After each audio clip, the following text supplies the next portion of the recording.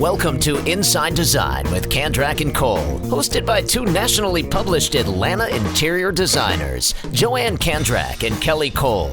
These energetic women are also world travelers, charity givers, and bloggers with a wealth of information to share and stories to tell about the interior design world. Okay, now just a warning, this is going to be fun and not too serious. After all, they still do have an interior design business running at full speed. Hello, this is Inside Design with Kandrak and Cole. This is Joanne, and today, episode 17, we are talking about repairing unattractive elements of an older home. And how this came to be was, if you listen to our last episode, our engineer extraordinaire, we have all kinds of names. Tech butler, whatever you want to call him, asked us to talk about popcorn ceilings, because I guess he has them all over his home. I do. So, Russ, are you having people over for dinner? Listen, are you just so ashamed? No, I have people over for dinner, and I have not quite yet noticed when they enter the home. I don't see them immediately looking up and say, you know what, we can't eat here tonight. You have popcorn ceiling. I don't get it. They're just being kind. I watch the shows on HGTV, and it's like, oh, this house is beautiful. Oh, it's got popcorn ceiling. We can't buy it. What's the deal?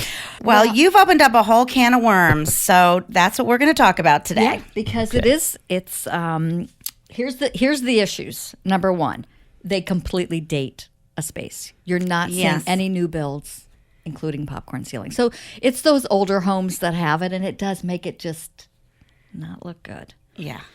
They're difficult to repair. Yeah, they are. Taking it down is really hard. They collect dust. Yeah. I will tell you this. I do have a good method to popcorn removal. I have two boys that are very into baseball, and they play a little bit of indoor baseball in the house with a bouncy rubber ball, and they often hit home runs. It hits the ceiling, popcorn comes down, there's your removal. Wow, Russ, I bet your house looks awesome. You might need to call us to come over. Yeah. You need That's a lot of baseball. A Roomba. Yeah. All right, so ways to remove it. Okay, let's talk about it. There's a couple different ways, but of course, scraping it off with a utility or drywall knife to chip away and create that smooth surface. It works a little bit better than the baseball, but it's messy, it's slow, it's it's not fun. Yeah. It'll take you a long while. Yeah. You can also cover it with drywall. Mm-hmm. To get the most smooth finish. Yeah. But that's a little bit of a pricier option. Mm-hmm. And then you could also skim coat, which is more like on a new design, older homeowners that kind of want to maintain the history of the home, but want to tackle it that way. But this is just one of those things. Call the professionals. Our painters do it all the time. And if you're buying an older home and you are traumatized with those popcorn ceilings, I would suggest having it done before you move in. Oh yeah, it's kind of like refinishing the hardwoods before you move in. And if you're going to do one, you really probably better do them all. And the reason why I don't like popcorn ceilings, because you can't wallpaper them. Well, there's so much you can do to a ceiling. Wallpaper, paint. I mean, we never ignore that fifth wall that we've talked about in other shows. But also, we're constantly moving around light fixtures. So many houses that we have where especially if you have a kitchen and has a little kind of eat-in dining area, that chandelier is never kind of centered where it's supposed to be, and we're always kind of moving it over a bit. So trying to do sheetrock repair on a popcorn ceiling it'll never get right. If you're putting can lights in, repairing, there's just no way to repair it. I have the stippled ceilings. Mm-hmm. And they're not as about that. bad, yeah. But you can't paint them. That's where it's kind of like, what do they call that? It's like a little star, like a little brush stroke or whatever. Don't love it. And I remember when I bought my house, that was the one thing I was like, But you did so much. You replaced the windows. You refinished the floors. So much. It was like I had to, so I had to let that kind of stay. But have you had to do any repairs where they kind of mimicked the? Yes. When my husband's friend put his foot through the ceiling when that's we were right. He came through doing the our attic. bathroom. His foot came right down. And we had to hire a professional to come do it. It's they kind of copied my that little husband pattern. can do a lot, but that's kind of something in itself. I would never try to do that ourselves. Yeah. Well, it opened up a good conversation about those elements of an older home that, are kind of not the greatest thing. And they're nagging. And it immediately screams, oh, this was built in the 80s. Or they have certain characteristics that make them look like an older home. Yeah, which isn't necessarily a bad thing. But if you're trying to kind of keep up with the times and some new design things that are really exciting and it's inhibiting you, then you might want to kind of listen up. So another thing that we see a lot, I swear every house we go into, really, are the light fixtures. Mm-hmm. Can I say it's the awful boob flush mount? Yes, it fixture? is the boob with the nipple hanging down. That's just what I can't take like. it. Yeah. It's just so ugly. Mm-hmm. It doesn't give off much light. There's like 6 going down the hallway. And that's where you might want to just replace them with a, recessed light, a can light, because it doesn't really need to be hanging down. Right. I mean, there are beautiful flush mounts out there. I don't think the big box stores really have the prettiest ones. Mm-hmm. Some of the lighting manufacturers that we use, Visual Comfort, Curry & Company, Arteriors, Robert Abbey, they've got some pretty ones. But the one that really screams out are the hanging pendants over the island that are like 6 inches wide. Yeah. And are maybe like a Murano glass looking type of thing. Yeah. Because as you know, the lighting package supplied by builders, even our very favorite custom builders, is never quite large enough, but definitely on your standard kind of builder home. And it's where people are they've run out of money and they're like, we'll fix that later, or they don't even know. Let's just say you have a home maybe that was built in the 70s or the 80s. So maybe someone did go ahead and renovate maybe 10 or 15 years ago. And 10 or 15 years ago is when they were using those little baby pendants. Yeah, they still were. Mm-hmm. So you have to even if they've redone the kitchen, the lighting definitely will probably need to change. Yeah, but I think that's one of the biggest thing that screams out older home is that lighting, and really one of the easiest to change up. Yep, and LED, change to LED. Oh, how many houses do we go into and it's like yellow? It's like, or just dreary. Oh my God, those incandescent and fluorescent lights that are just people are like, my paint color isn't what I thought it was going to be. Yeah, because your light bulbs are so yellow. Or people are trying to use the funky, new Edison bulbs that are super cool, but they're like gold when they give off a light, and it affects how everything looks. Yeah. So there you go. Okay. I feel like we talk about wallpaper on every single show, but we do. We did this. We were at the NARI convention here in Atlanta yesterday. It's the National Association of Remodelers, and we went over to the Galleria, and we were speaking about kitchen and bath trends to a bunch of men, remodelers there were two and contractors. Two girls in the audience. Did we have two? I thought there was one. No, there was two. And so we started to talk about wallpaper, and you could just see them all look at us like we had 3 heads, and their shoulders drooped, and they were like, hell no, girls. And we were like, well, it's here. You gotta love it. You gotta embrace it, people. Yeah, I think they go into those homes that they're renovating, and if a room has wallpaper, they just think about the removal. Mm-hmm. So once again, but it is a sign of a dated home. Yes, definitely. The smaller prints, the little tiny prints. I mean, everything. All the new wallpapers have huge repeats. That's a way that Big you can patterns. tell the difference. If you see a border, get that off as soon as possible. Border, the ivy, the old Waverly. And then the other thing too is, let's just say you have a dining room that has the chair rail going across. They used to do the stripe at the bottom, the chair rail going around, so awful. The floral maybe at the top, and then the border at the top. At this point, if there really isn't any nice molding that's underneath that chair rail, like wainscoting or something, get rid of that chair rail. Yeah. It really serves no I don't purpose. like the stripe of a random chair rail that's because we're not squeezing in furniture so tight that a chair is actually hitting the wall anyway. 99% of the time.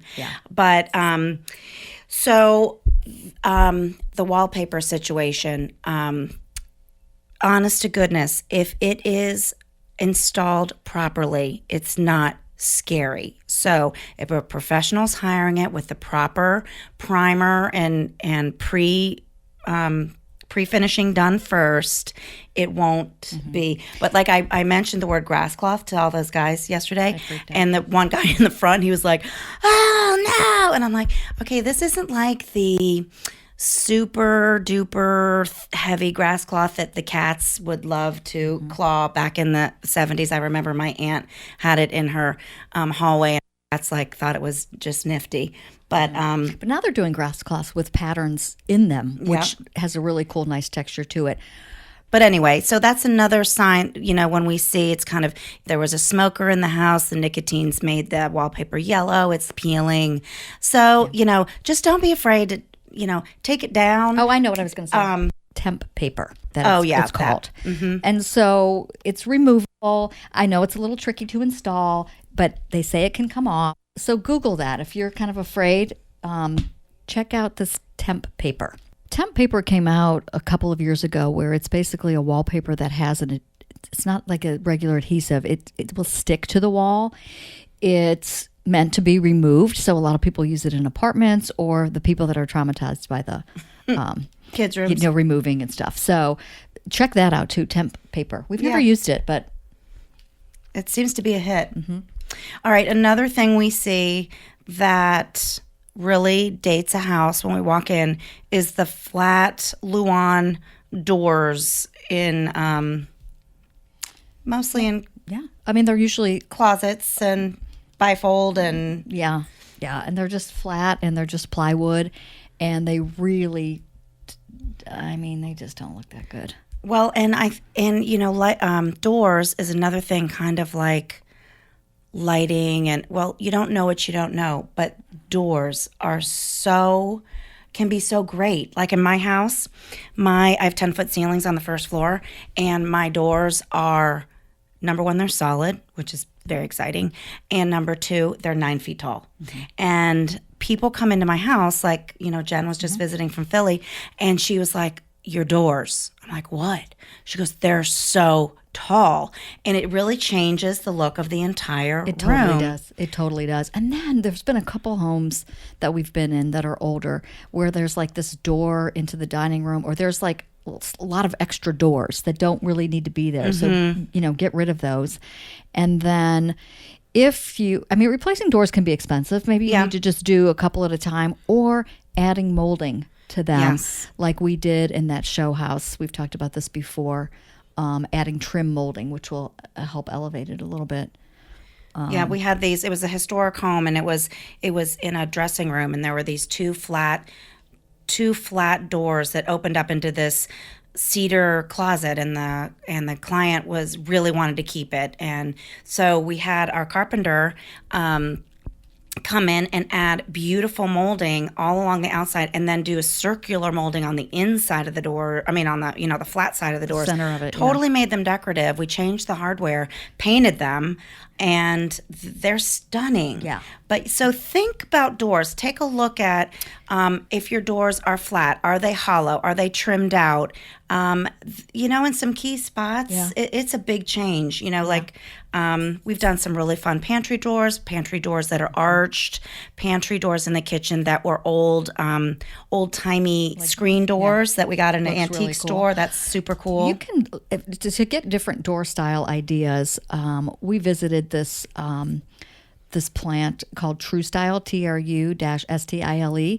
And if you go onto their site and look at their door styles, that can give you some ideas. And maybe you could show those to a carpenter and say, "Can you put this on the front of my door?" So there you go. So another thing that's a dead giveaway in an older home. Low vanities. I don't know how tall, we're only 5'2", the two of us, but I don't know how tall people deal with these vanities that are 30 inches high. We've gotten used to the taller ones, and then when you go to one that is low, it just feels like so low. And it's only what, a 6-inch difference, 30 to 36? Yeah, but it makes It does make a big difference. So luckily, they've come out with some nice ready-made vanities rather than having to do something custom. So if you're really not prepared to, maybe Bust out gut and the start a whole renovation. room, just get a vanity that's the higher one that can fit in that space. Yeah, we found some nice ones we've done a couple renovations where, we were doing a lot of custom cabinetry, and then we just needed to do a little high-low and save some money in other places. And so for the kids' bathrooms or maybe the guest bathroom, we've done some really pretty vanities that came with a marble top and had pretty feet, and we just had to pick they usually don't come with the plumbing. Right. But they had the sinks. Yeah. And they were either marble or granite tops. So, yeah. They were really great. nice. Nice Slipped dovetailed them in. floors. Mm-hmm. Yeah. All right. Okay. Kind of another one, little baby trim and baseboards. The newer homes, they are putting beefy crown molding, real high baseboards. So what a difference it makes. Yeah. And you can do it simple, you can do it really intricate. This is another thing, kind of like the doors and the lighting, you don't know what you don't know. Millwork or trim work, how wood is trimmed out in a house. The options are endless and the profiles are endless, but for example, you see in a lot of the kind of this more urban farmhouse vibe that's going on, the baseboards are literally just flat. They're just 2x or just plywood, but they're 6-8 inches tall. We've even seen baseboards that are 10, a little bit more inches. It's a little tricky, because older homes don't always have the 9 and 10 foot ceilings. Right. So you have to make the best of it and at least make it go to scale. And then what we talked about with the painting was if you can't really change it out and it's really kind of wimpy, consider painting your wall, your trim, and your ceiling the same color so that you're not causing a lot of attention to that molding. Yes, but I really hate that wimpy. And I had this conversation with my mom and dad because they have a beautiful farmhouse in Long Island, New York, and they have this puny little crown molding in their kind of throughout the room. And I was like, Mom, you got to change that out and make it it's got to have a little bit more depth to it. And she was really concerned with preserving kind of the history of the house, the look of the house. And I said, it's really not going to infringe on that, but I really do not want to see a 2-inch stripe that's doing absolutely nothing running around the ceiling. So just kind of think about that. You can always cheat and put, drop it down 2 or 3 inches, put shoe mold all the way around the bottom of that crown, and then paint it all so it looks like it's a heavier trim, but it's not. That's done even in really higher priced homes. Yeah. That's a great cheat to doing that. Yeah. Okay. So this one I can totally relate to because my house had these. My house was built in '89. It had all of those almond colored switch plates. Oh, and half of them are cracked, and they've got old paint on them. They just looked, you put white up against them, they just looked they looked like smokers' switch plates or something. And so, but the problem was, not only was the switch plate almond, but the actual of the outlet. The outlet was. Yeah. So, and that's my kind of a bear. husband, the patient man that he is, replaced all of those. Yeah. But it dates it to the point you just it sounds like a small detail, but I'm telling you. And especially, and they always have crusties on them. It's like, what is that garbage on that outlet? They're just old. And then now, once again, wallpaper.